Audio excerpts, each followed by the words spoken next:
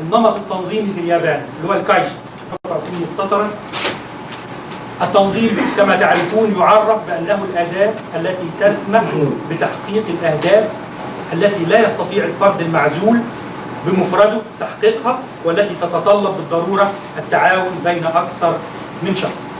ومن قلب نظام اجتماعي قديم وعريق نبعت الكايشا اليابانية أو المشروع المخلوق أو المعكوس، وتطورت كنظام رائع وكتنظيم اجتماعي قوي ينظم في شبكات متداخلة تدفق النشاط الاقتصادي ويحقق التكامل الاجتماعي الرأسي لمجموعة كبيرة ومتعددة من المشروعات في شتى المجالات الصناعية والبنكية والتجارية. ومن وجهة نظر بيئية وثقافية فإن الكايشا ليست كيان مستقل، وإنه حتى يمكن فهمها لا بد من إرجاعها إلى محيطها العام ومنفعها البيئي. ولكن كهيكل تنظيمي مقارنة بتلك الهياكل التنظيمية الموجودة في أوروبا وأمريكا، فإن الكايشا اليابانية تقدم 3 خطوط رئيسية ومحددة. أولا أن هذا النمط مهجن، ولقد استعرضت من كلية الزراعة ومن صديقي الدكتور أحمد كلمة مهجن.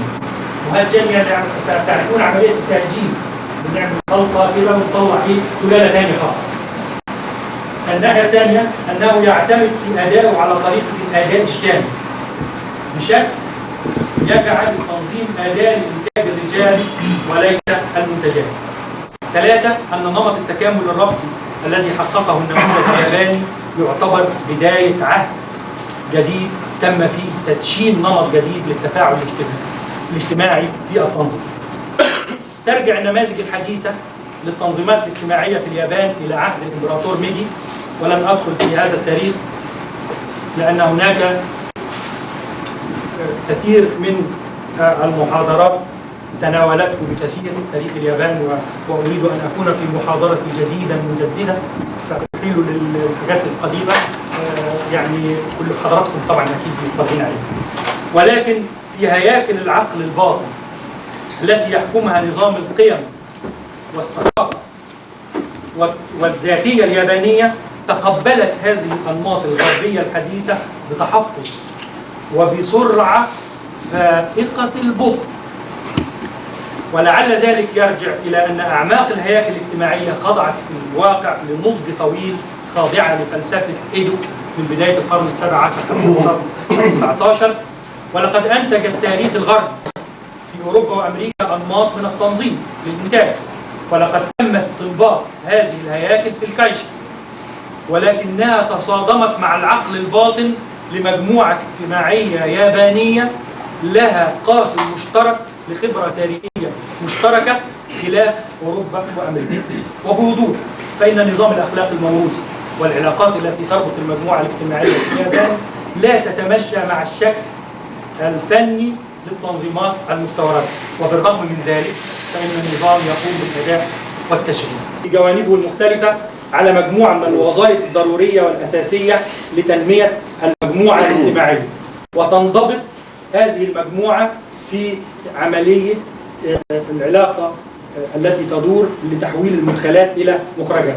وفي ظل هذا المفهوم الغربي فإن العمال والموظفون يعتبرون وسيلة للإنتاج، أو بلغة الاقتصاد عامل من عوامل الإنتاج.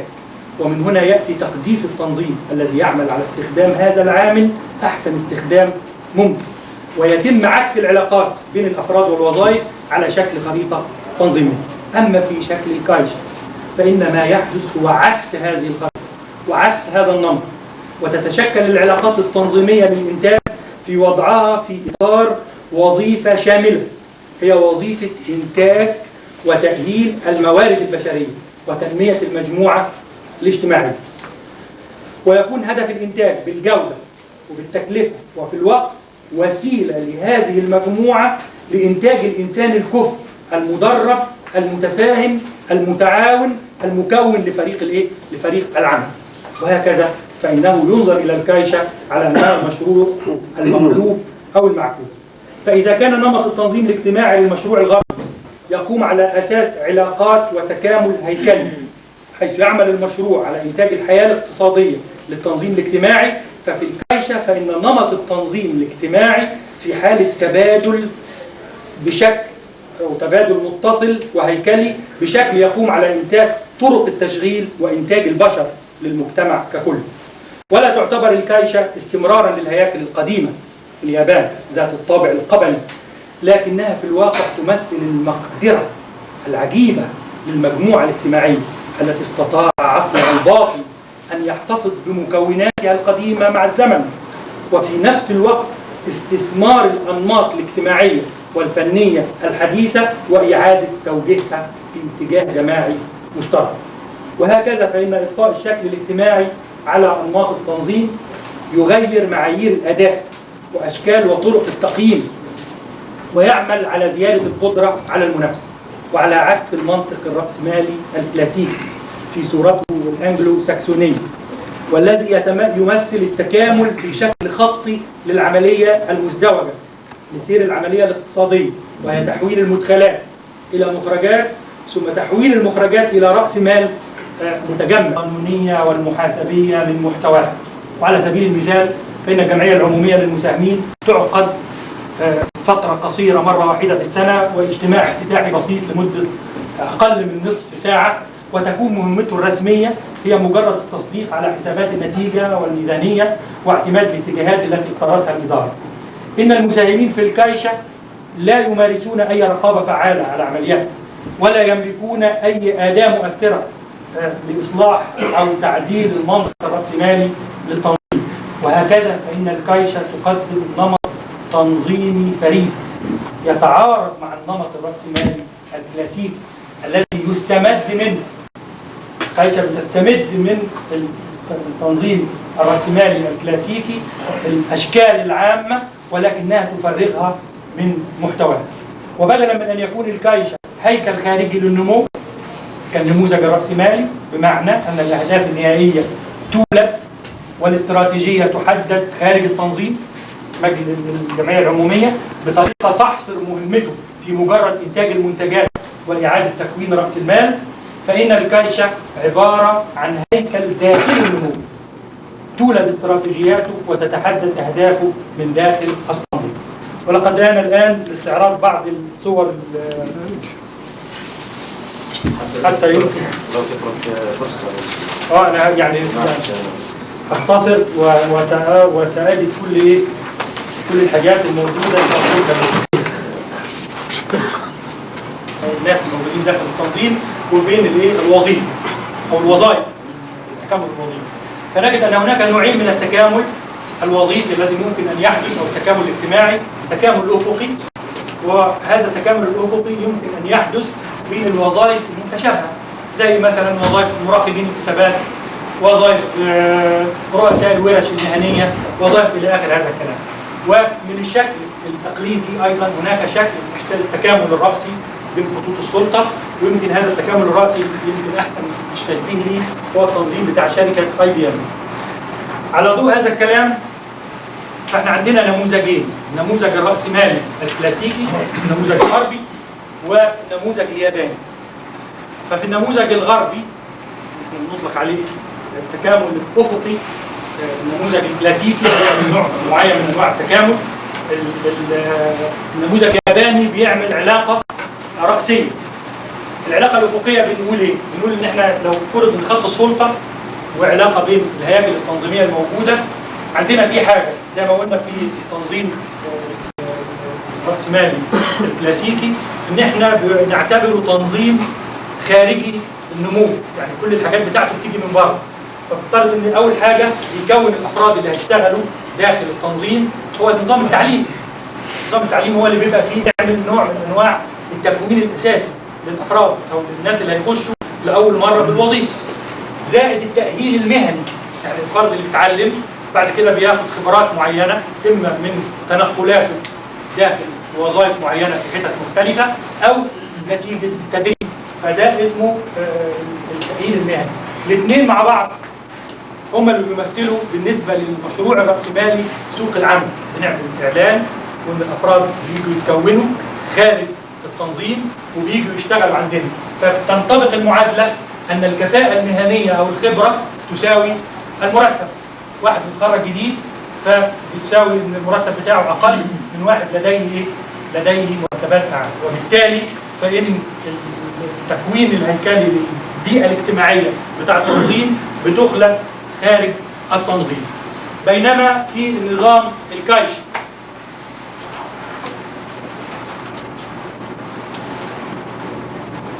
نظام الكايشا فبنجد ان هناك نموذج للتكامل رأسي. التكامل الرأسي بيجي فيه التكوين الاساسي للنظام التعليمي. ده الشخص اللي بيخش السلم اول مره. ده الاشخاص الذين يدخلون للمشروع لاول مره، وبعد كده التنظيم هو بيبتدي يعمل تنظيم التأهيل المهني داخله، يعني بيدي خبرات وهو اللي بيطور هذه الخبرات وهو اللي بيكملها.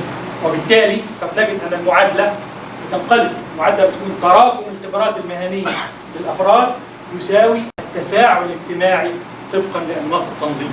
يعني انا تعتبر الكايشا مدرسه لتنميه الافراد الداخلين او الذين يعملون بها. وبالتالي فهي تخضع لثلاث مبادئ متفاعله. واحد، العمل مدى الحياه اللي هو ديمومه العمل وعلى مدى عمر طويل، او على مدى عمر طويل يشتغل في الشركه، وذلك بهدف ضمان استقرار القوى العامله، وفي نفس الوقت ضمان تحقيق عائد مجزي على الاستثمارات في الموارد البشريه. الناحيه الثانيه هذا التنظيم بيضمن مدخل سهل ومقنع في مكافاه الافراد. ايضا بيضمن نظم تدريب. الخلاصه ان نظام الكايشا لا ينظر له على انه الترجمه اليابانيه للنمط التنظيمي العام للمشروعات في اصله الغربي، ولكن كنظام تكنولوجي واجتماعي نما في خلال السبعينات من هذا القرن، ثم تبلور في الثمانينات وتأكد الآن. وسواء نظرنا إلى هيكله أو حللنا أداؤه أو فحصنا شكل التكامل فيه، فإن هذا التنظيم يختلف تماما عن أنماط وأشكال التنظيم الموجودة في أوروبا وأمريكا. إن مقدرة اليابانيين، وهذه نقطة مهمة جدا بالنسبة للباحثين، على التطبيق الشكلي لأنماط التنظيم المستوردة من الغرب مع تفريغها من كل محتوياتها، أي الاحتفاظ بالشكل فقط مع تغيير المحتوى، قد ترتب عليه نزعة عرقية بحثية أوروبية أمريكية. وقد تكون هذه النزعة أيضا موجودة عند المتحمسين لهذه المدارس أكثر من أصحاب المدارس نفسها. وضعت أمام الدارسين والباحثين عقبة إبستمولوجية كبيرة لبحث أصول الكايشا كنمط خاص للتنظيم الاجتماعي الفني يحتوي على مجموعة كبيرة من الابتكارات. ولقد ترتب على هذا التصور المعقد عدة نتائج خطيرة عبر عنها الباحثون الغربيون، وهي صعوبة مدام بنرفض عندنا هؤلاء الباحثين خصوصا في أمريكا وفي أوروبا صعوبة الاستفادة من الخبرة اليابانية، صعوبة صياغة رؤية مستقبلية لليابان وتنظيماتها، صعوبة قيادة التحالفات الاستراتيجية في إطار توسعات الاتفاقيات متعددة الأقطاب، صعوبة بناء كادر للتبادل في مجال العلاقات. ولدي 3 دقائق سوف أقول فيها ما هي جذور هذه التجربة، العوامل المؤثرة في الإدارة اليابانية، لأنني من المؤيدين للتيار الفكري الذي يؤمن بمدرسة الكونتينجنسي. كل بيئة لها ظروفها الخاصة وكل تطبيق له ظروفه الخاصة، ومن المؤيدين للمدخل الثقافي. فأرى أن جذور التجربة اليابانية مستمدة من 3 أشياء. أولا الأسرة ونظام القيم. طاعة واحترام الوالدين لا بد أن تكون أعمق من المحيط وأعلى من الجبل، هكذا يقول اليابانيون. الأسرة هي الدولة الصغيرة، تؤثر في الطفل وتتخذ كل القرارات في تعليمه واختيار الأصدقاء واختيار مهنته حتى في اختيار زوجته. الأب والحاكم تنتقل السلطة للأكبر أو إلى زوج الابنة إذا لم يكن لديه ولد. دور الأسرة مصدر لحماية الفرد، ولذلك فهي تستحق كل ولاء. ومن الأسرة تعلم الفرد احترام الآخرين، وأن هيكل المعرفة يرتبط بالعمر، لذلك لا بد أن يتم احترام الكبير. وانحناءة اليابان ليست انحناءة أدب فقط، ولكنها انحناءة نظام اتيكيت.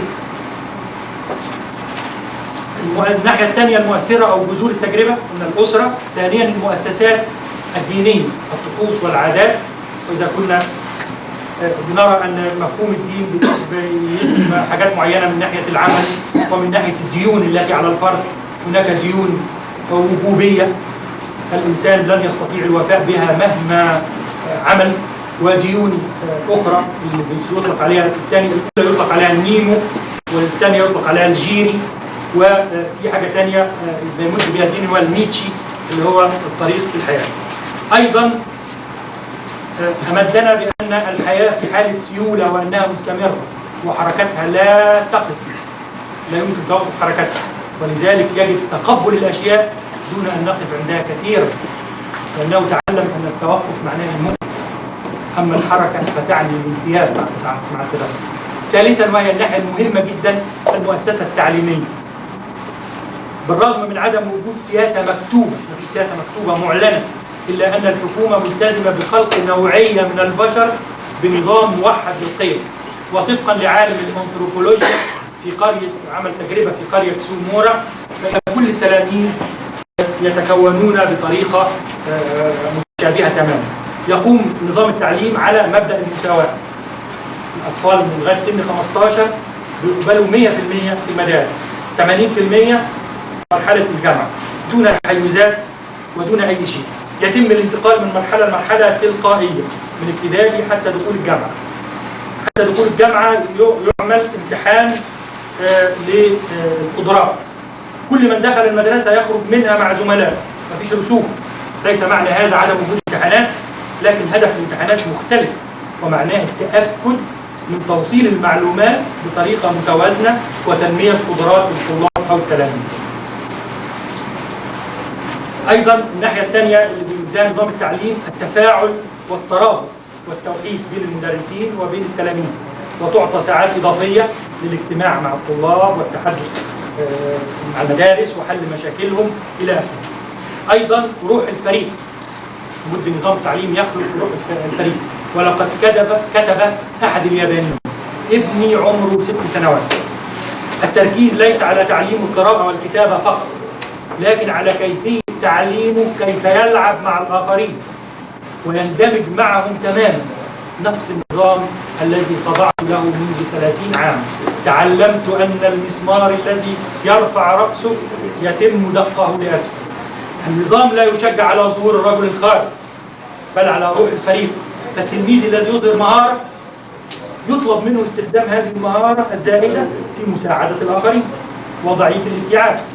أيضا من ناحية العمل، نظام التعليم يثبت في الأذهان أنه لابد أن يعيش ويعمل. فاليابان كلها أغلبها جبال، 10% منها فقط صالح للزراعة، لابد من العمل حتى يمكن التغلب على مشاكل الحياة.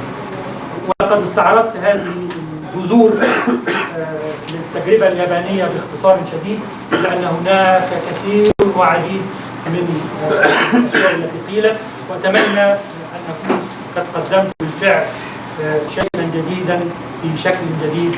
وشكرا على حسن استماعكم، وتحت أمركم في أي أسئلة.